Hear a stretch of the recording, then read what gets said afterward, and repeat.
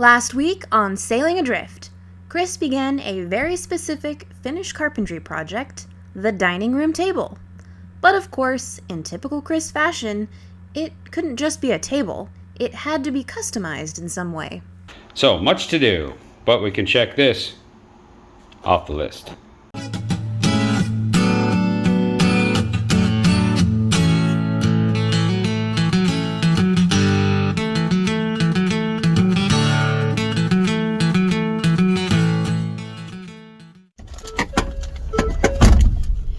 So I just had these fabricated. You might be wondering what the heck these are. These are part of the table. So what these will do is they'll live, I'll show you.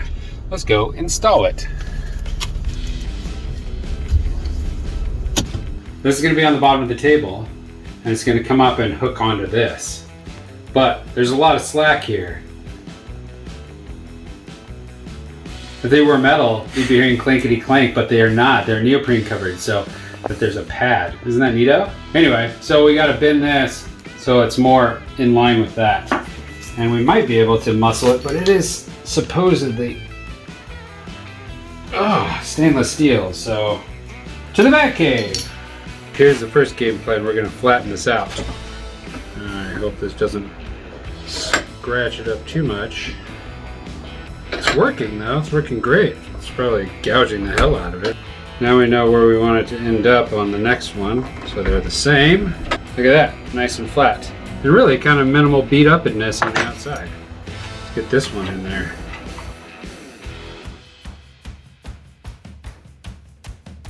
There.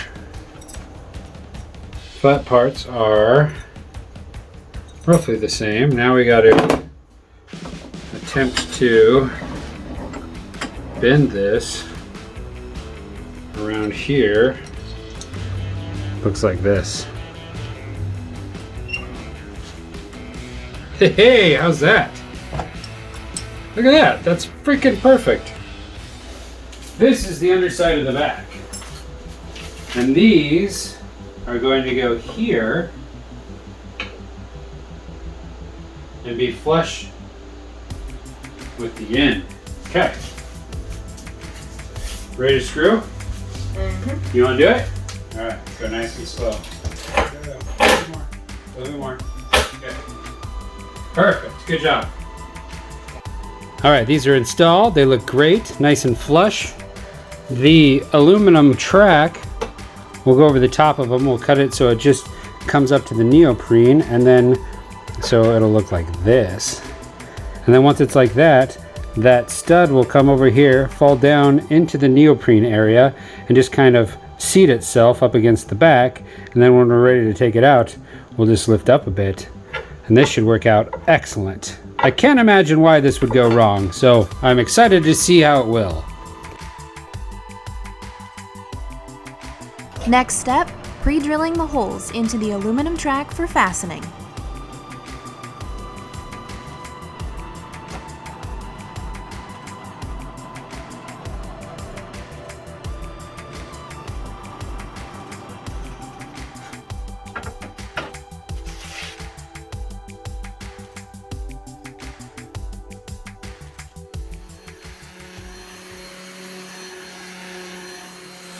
Owen, yeah.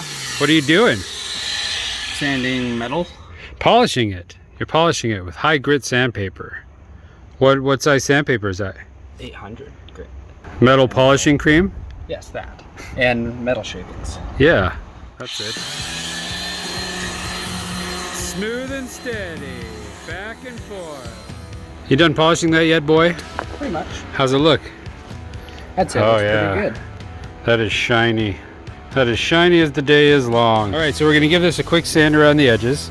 And then we're going to apply just a bit of epoxy around the edges before we put those on. And then we'll clamp them up and screw them down. That's the plan. You ready, boy? Boy, where are you, boy? Needing your boy treats?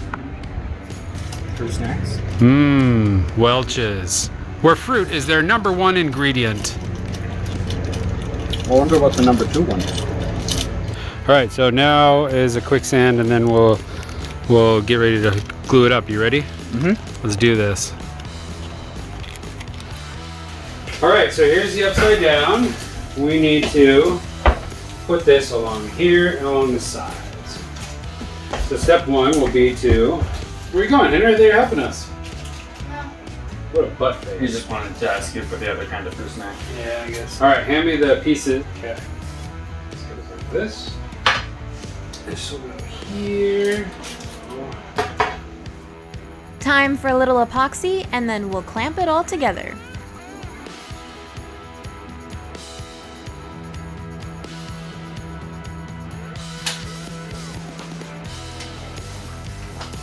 Let go. See what happens.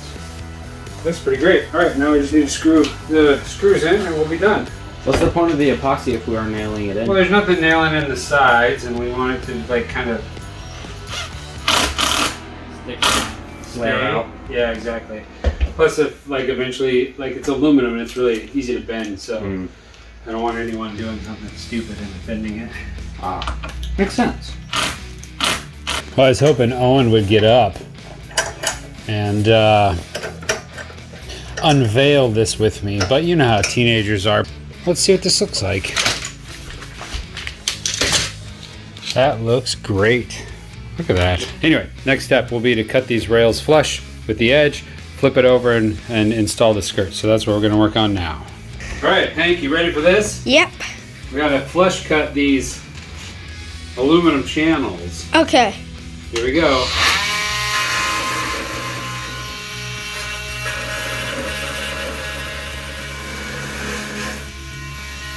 One down. Okay.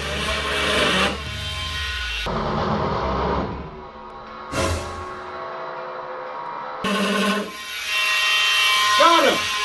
It's time to put on the skirt. And the skirt's going to serve a very special purpose, in addition to making sure that this stays nice and flat. It'll also be where the hinges are for this particular piece.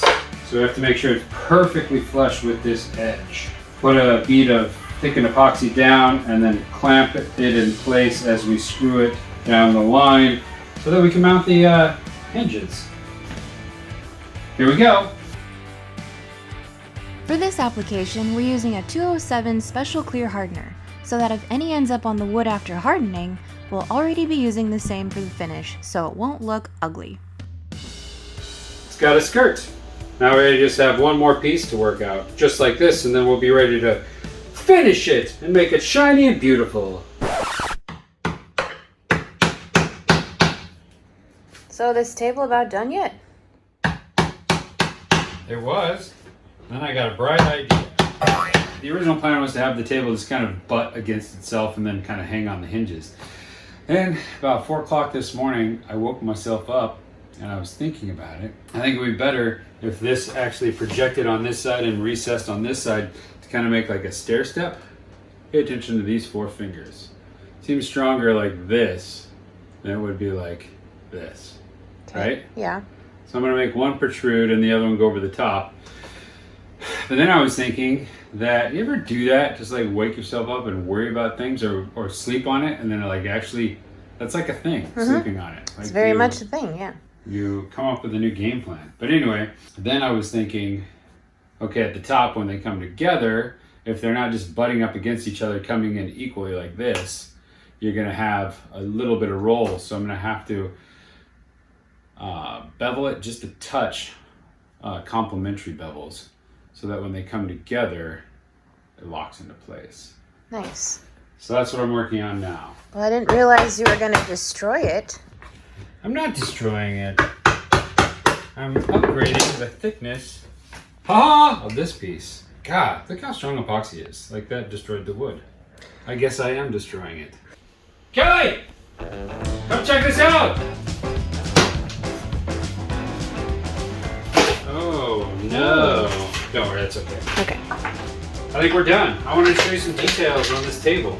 So we already went over the hooks that we built, but check it out. Now they're covered with this aluminum channel so that we'll pop in down here and almost create like a catch. Okay. And then when we're ready to put the table away, we just lift up on it when we put it away. Nice. And on the other side, it's just, you know, a boring old table. But right here, I mean, I had to have a little gap because of these hooks. It's kind of a bummer. But with these edges on the top, I just kind of hammered them over. Then I'll sand them so they're nice and pretty. They're gonna need some buffing anyway. I mean, it's pretty unexciting compared to the other. Watch your tootsies. So before this was flush, we were just gonna have them butt together, but now there's gonna be a lip. It'll open up, and then this one will land on that little lip.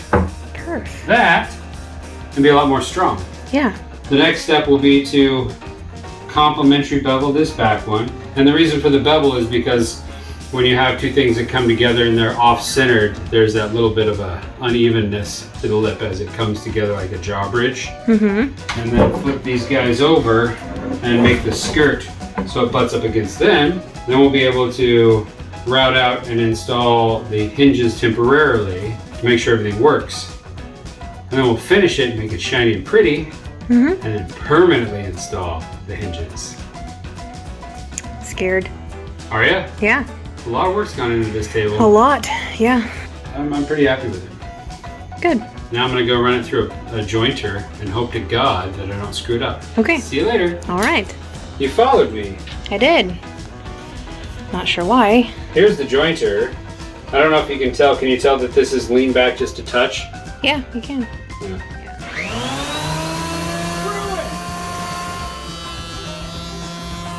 Now we're ready for those hinges. You gotta recess this so it fits tight, Kelly. Are you ready? Ready.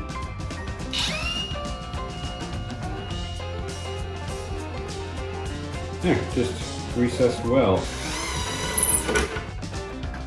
We're just putting these hinges in temporarily to see if this thing is even gonna function today.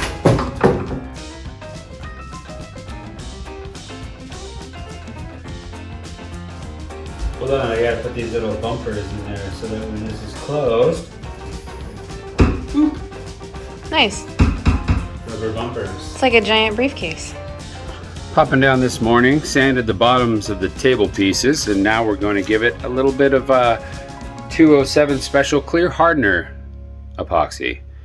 Then we'll put a layer or two of varnish on it and call the bottoms good. Flip it over and make the top pretty. That's the goal. We got a coat of epoxy on the bottom. Doesn't look perfect, there's lots of bubbles. I'm trying to just do this with a chip brush because it's not important to be perfect. It just needs to protect. The top is going to be the side that we really care about. It's been a little lax because we've seen this all before with the way we're doing this. But this is the third coat of West Systems 207 Special Clear Hardener epoxy on the top of our tables. And it's looking pretty great. This is obviously more shiny than I love. But once we put the varnish on there, that will be eliminated.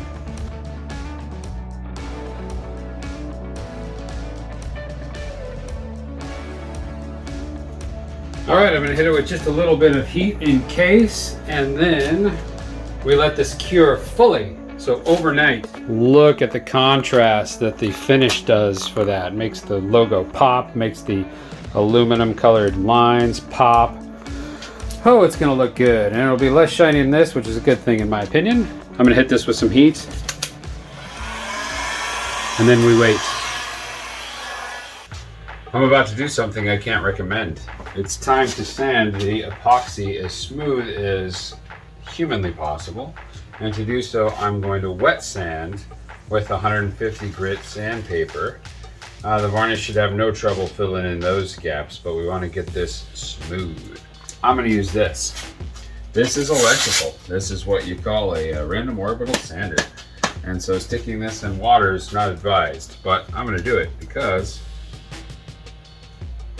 I don't think it'll affect things all that much to have the pad be a little moist. So I got a sponge here, I'm just gonna wet everything down. What's nice about wet sanding is it's supposed to create a smoother surface, but it also knocks down a lot of the sawdust. So that's a big positive. It's still not gonna keep it from blowing out of this thing as soon as I turn it on. Oh, it's not even plugged in.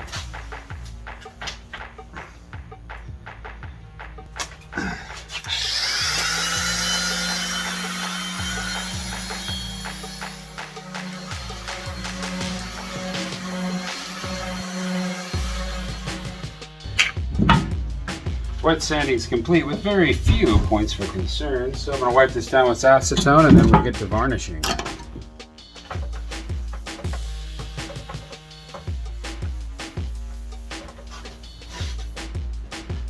Seems pretty smooth. I'm excited about this. So we're going to put 3 coats of this stuff, which is impossible to find. We're using the dredges of this can for this task. But 3 coats, 2 hours apart. And tomorrow we should be completely done with the table.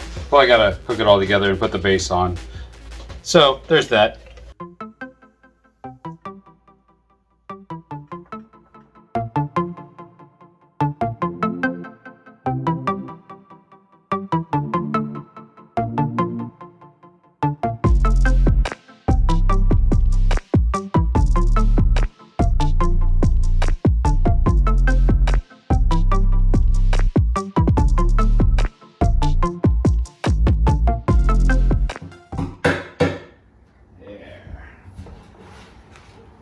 Okay, installing these little rubber plugs that we put in here so when it's closed, it doesn't bash it wood on wood. Nice. And there you have it. 1 2-part dining table featuring our logo, racing stripes, aluminum exterior for lightness and aerodynamics. Fancy. We just need to put the hardware on to bind them into one unit. Then we can go up in the boat and test them. Cool. Ready to put this table back together for real this time? Ready. We're gonna bolt it in.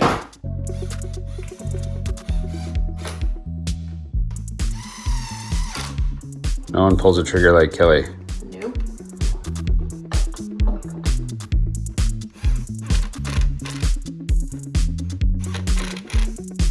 We got the rest of our stuff. You're in charge of these things. I'll carry the table. Okay. Before we get to the table test fit, let's talk a little bit about our pieces, Kelly, because we have many of them. What's this? This will be attached to the table. We got to figure that out because it sticks out quite a bit. I'm not quite sure how I'm going to deal with that problem. Whether I just hack it off at the bottom or what. This is the leg that goes here, and these guys are the brackets that will live. Probably right here. So anyway, so then this will live behind the table in storage. What about that thing? Yep, makes it so there's not a hole in the middle of the floor. It's not the most attractive thing. It is weird that it's black. Okay, so for our test, we need to remove the plug. Easy enough.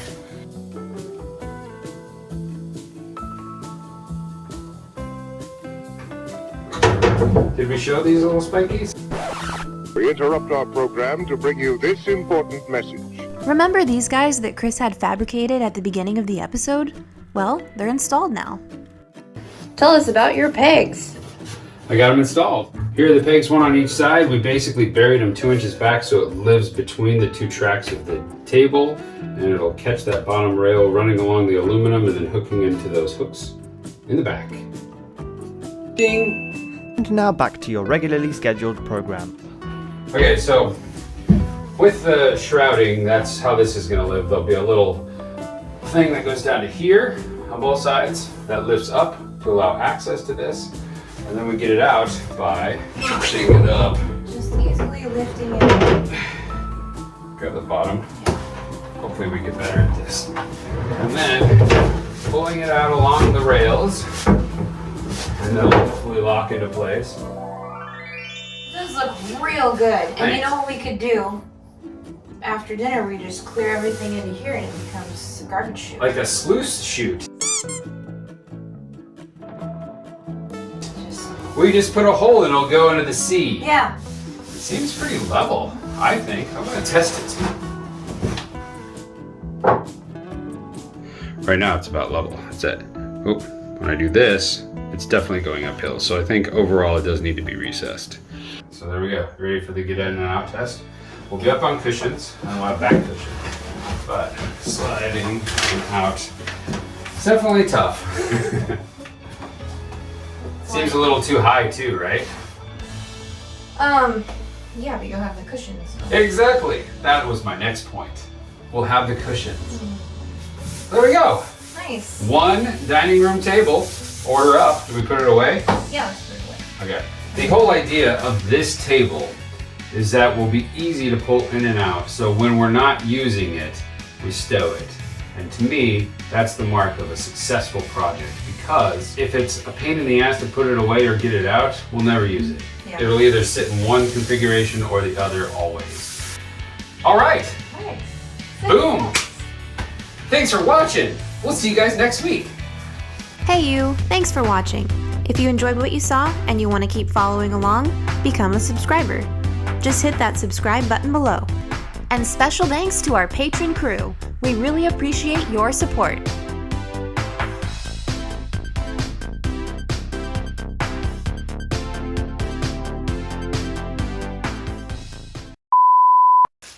Action. You're on film. That's the key to everything handmade. Make it not quite perfect so people don't think a machine did it. Freaking machines. Bring me food. Bring me food. Easy. What was that noise then? Nothing?